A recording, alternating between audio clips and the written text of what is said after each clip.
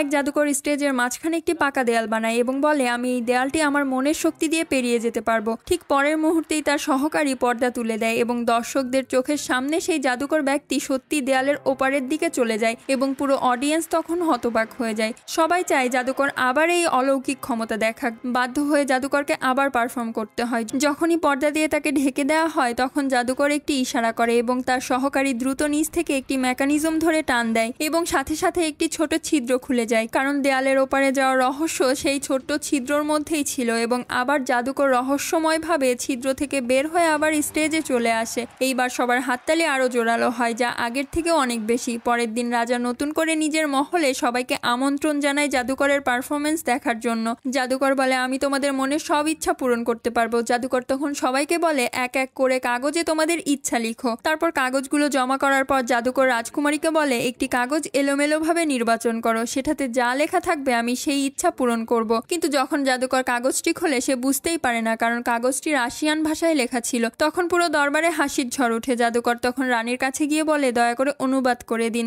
রানী এক দৃষ্টিতে তাকিয়ে বলে এই ইচ্ছা পূরণ করা অসম্ভব, কারণ কাগজে লেখা থাকে মহলের ঘন্টা আবার বাজানো হবে, কিন্তু সেই ঘন্টা তো শতাব্দী ধরেই বাজে না। ঘন্টার রশি পচে গেছে এবং ওপরে ওঠার সিঁড়িও ভেঙে গেছে। তবে জাদুকরকে তা তেমন ভাবে ভাবতে হয় না। জাদুকর তার জাদু দিয়ে একটি রুমাল বের করে এবং তার মধ্যে একটি সাদা রেশমি কাপড় জড়িয়ে রাখে। ঠিক পরের মুহূর্তে সেই রুমাল থেকে একটি দীর্ঘ রশি বের হয়ে আসে। এটা দেখে সবাই হাততালি দেয়, কিন্তু জাদুকরের এখানেই এটা দেখানো শেষ হয় না। জাদুকর তখন রাজকুমারীকে ডেকে আনে রশিটা টানার জন্য। যখনই রাজকুমারী সেই রশি ধরে টান দেয় ঠিক তখনই মহলের ঘন্টা সত্যি বাজতে শুরু করে আর পুরো দরবারে যেন শুনশান পরিবেশ নেমে আসে। এমন মনে হচ্ছে যেন পূর্বপুরুষদের আত্মার ডাক আসছে।